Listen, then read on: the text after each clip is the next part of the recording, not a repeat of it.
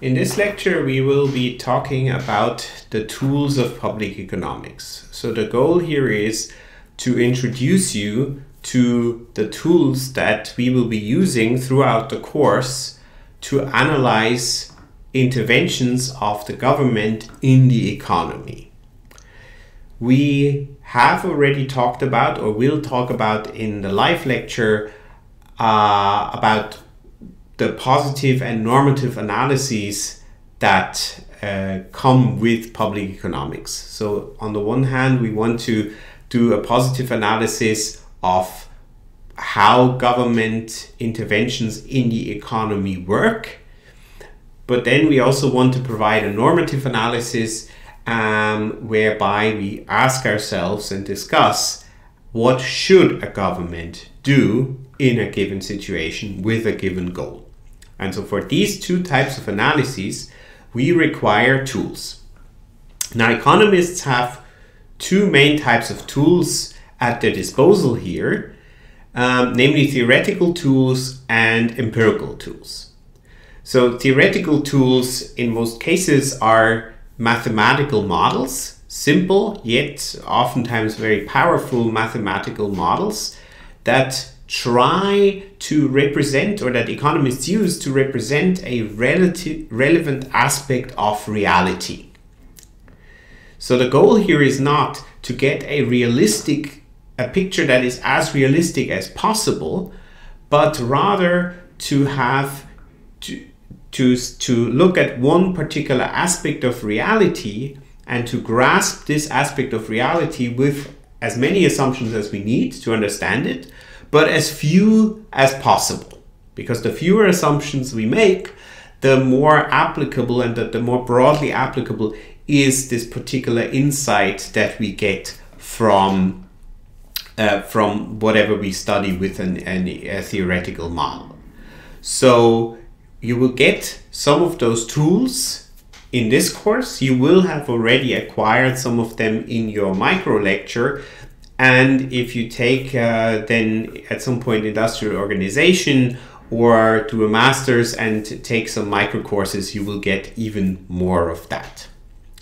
Now, there are other tools that are actually quite frequently used especially in economic research, which are empirical tools, whereby economists take the predictions from theoretical models and test them with actual data. And to do so, they use a statistical toolbox that's called econometrics.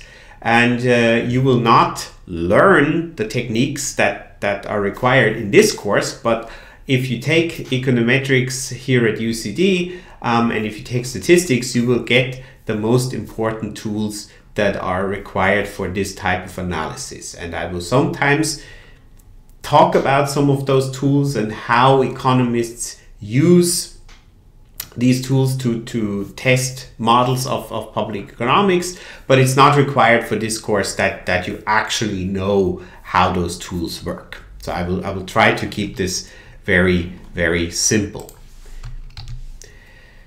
So the goals of this lecture, and with this lecture I mean a whole series of videos, is the following. So first of all, we want to refresh your knowledge of the basic concepts of microeconomics that are required for this course.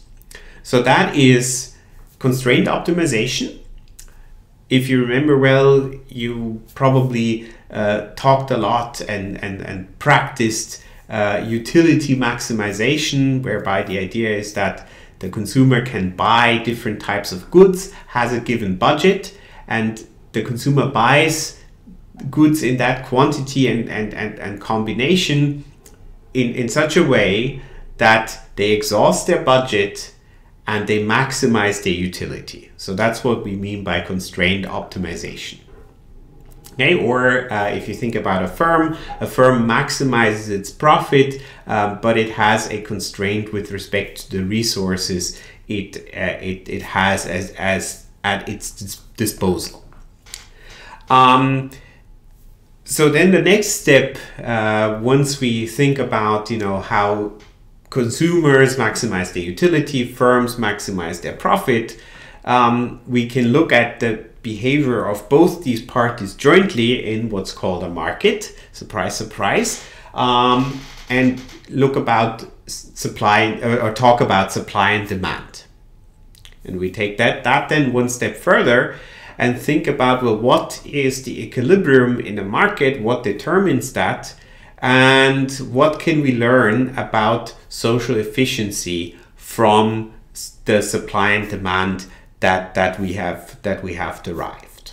Right? So if we observe a market that's a perfectly competitive market, that's our starting point. We will think, well, that market basically represents a pie where consumers get something and producers get something, and we will think, well, about what determines the size of that pie and what determines the distribution of how much the consumers get and how much the producers get.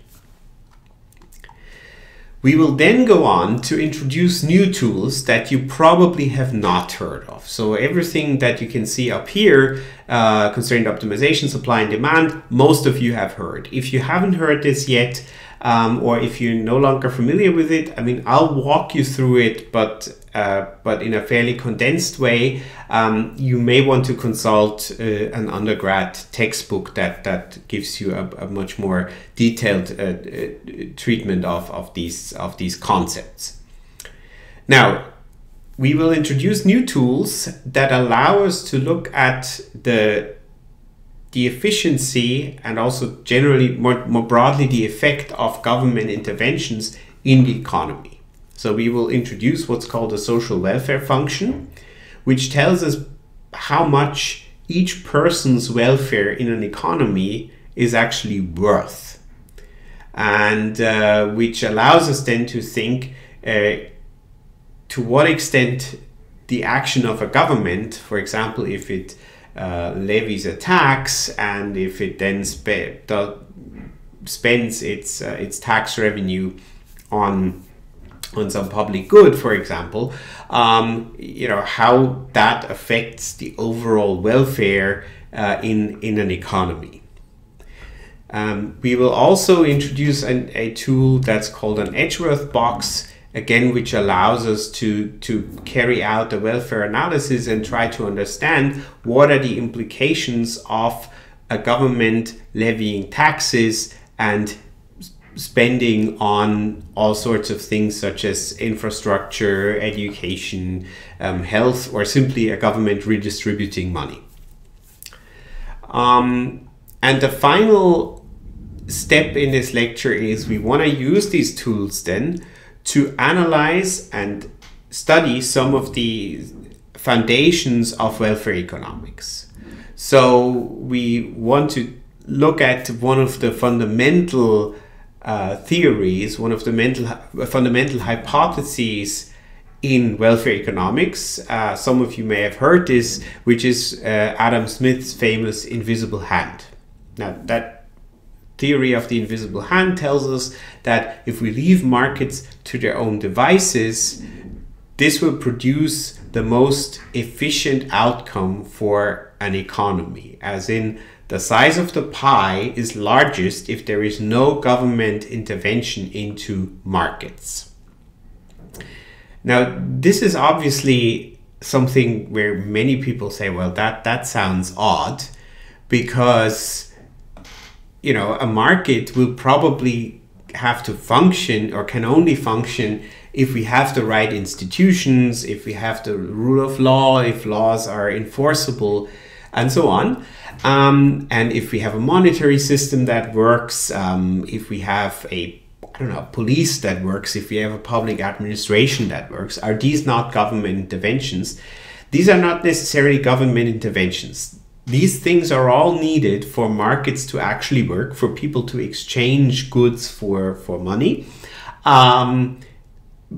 But they are not necessarily interventions into a market. We would have interventions once we have things like taxation of some participants in the market, once we have subsidies given to some people in a market, or all sorts of transfers. And we will then try and see to what extent there is a trade-off between equity and efficiency. So efficiency means the size, or with efficiency we mean the size of the economic pie in an economy. So the more productive an economy is, the richer an economy is, the bigger is the pie it produces. But then there is the obvious question how this pie is distributed among everyone in this economy. Right? So you could think about a situation where the highest level of productivity would be achieved in an economy where one person extracts all those rents. So you have this one person who is an entrepreneur, who is extremely successful in what they're doing, and the economy is at its most productive if that person pretty much gets all the revenues and everyone else gets next to nothing. So you have a very unequal distribution.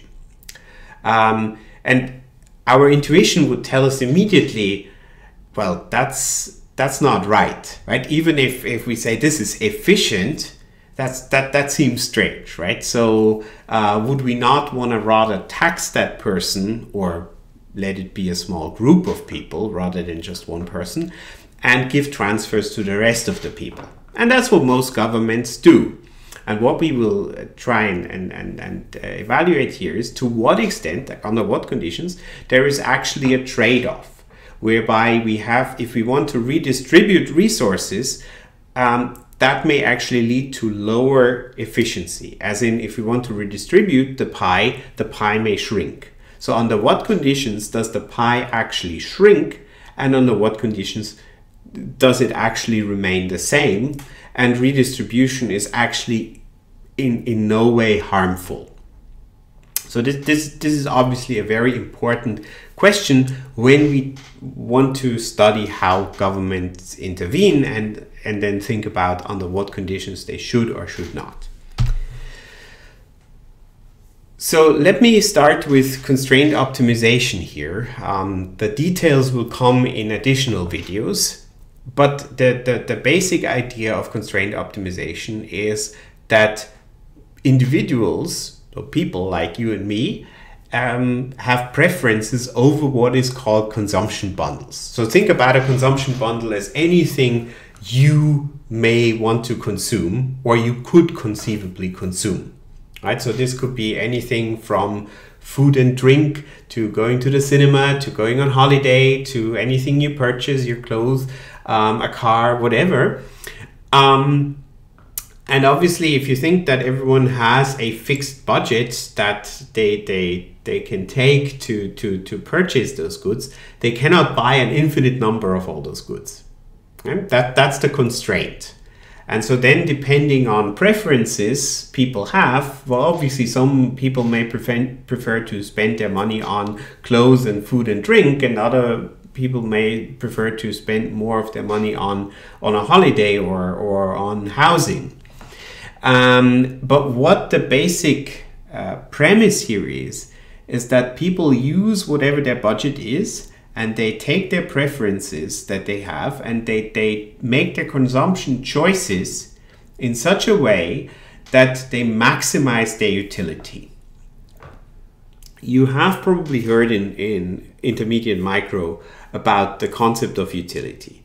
It is admittedly a very abstract one. We may have an intuition for what makes us happy, but happiness and utility may not be the same thing.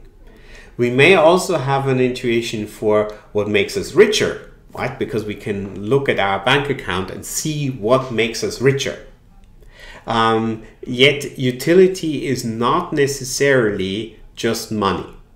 So it's somewhere in between, you know, just looking at happiness, and there's lots of non-monetary things that make us happy. And at the same time, it's not purely a money term, but it's basically a general unit that allows us to study the goal of people's decision making, right? So if you think about more like how people spend their time. They can either work or spend their time hanging out with friends, and that hanging out with friends is something that creates utility because it makes you happy, but it's something that money cannot really buy.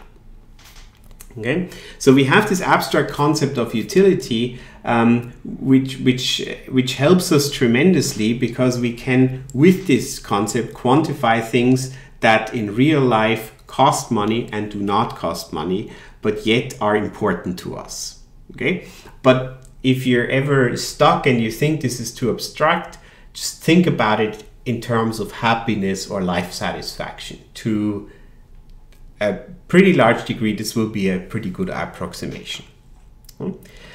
Now, this model of people have their given budget, people have their preferences, and then they choose whatever they choose to consume, such as to maximize their utility.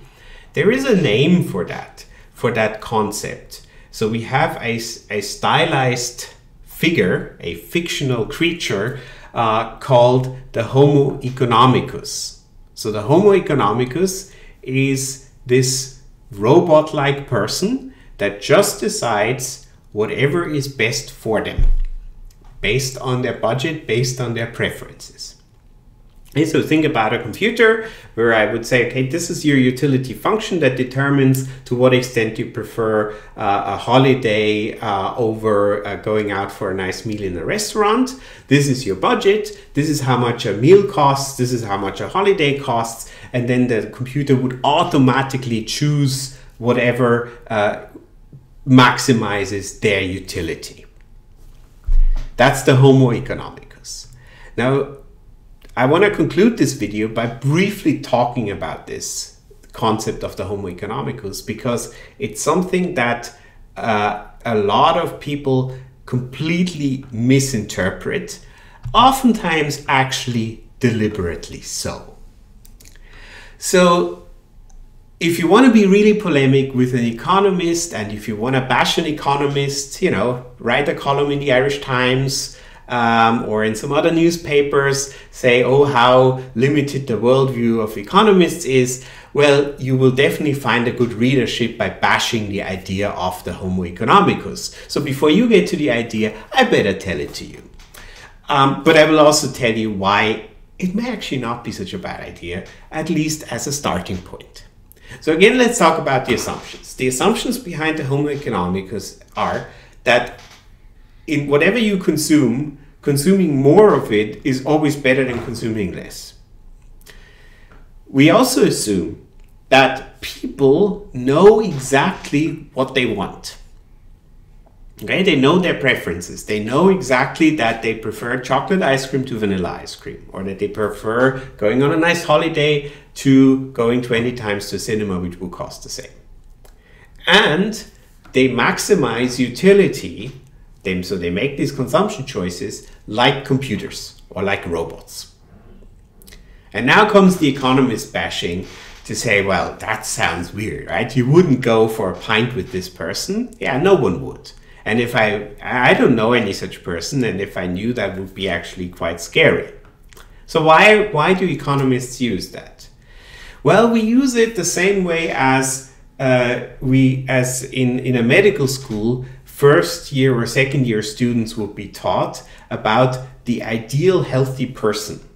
That ideal healthy person doesn't exist. You know, we all have our ailments, our addictions, but yet the ideal healthy person is quite a useful starting point to think about how certain aspects of the human body work. And it's the same here. We want to take this as the simplest possible concept to study how the economy works. And we can always make it then more realistic. Obviously, people have feelings. People are not always consistent in their behavior. You know, they may know very well that smoking in the long run is harmful for them, yet the short-term pleasure has a bigger weight for them. So you see all sorts of behaviors that are inconsistent with the Homo economicus. But that does not mean that the Homo economicus doesn't have its place, right? So if you want to bash economists, you can tell us it's too simplistic. You can also then use the rhetorical trick of confusing normative and positive analysis and claim that economists say that the Homo economicus is something that we want people to be like.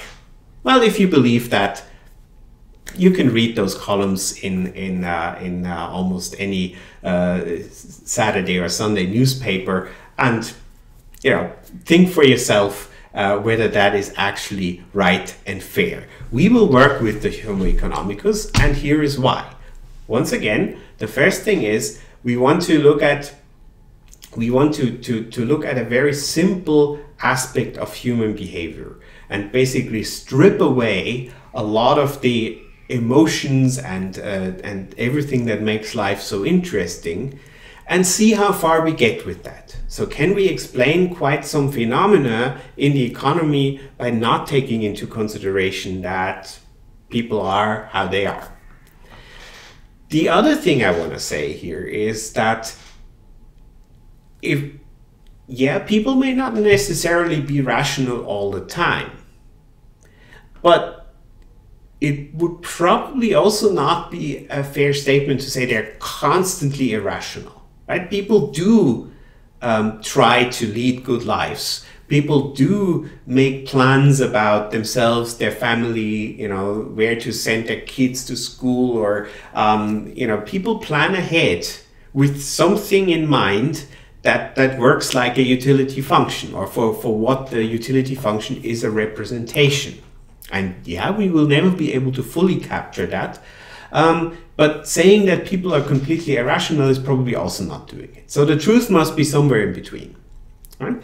What you should also appreciate is that what we're teaching you here during undergrad are the basics. This is not necessarily a representation of the current research that's going on in economics. And there's lots of very exciting work, for example, in behavioral economics, taking on board insights from psychology, from sociology, from philosophy, to think very deeply about directions in which to extend the Homo economicus to understand certain things such as health behaviors, such as investor behaviors, and so on. The simple models we teach in this course would not be sufficient for that.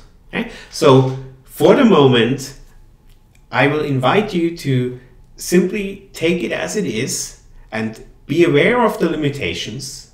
But let's take this very simple model and see how far it gets us, but let's also see where it breaks down.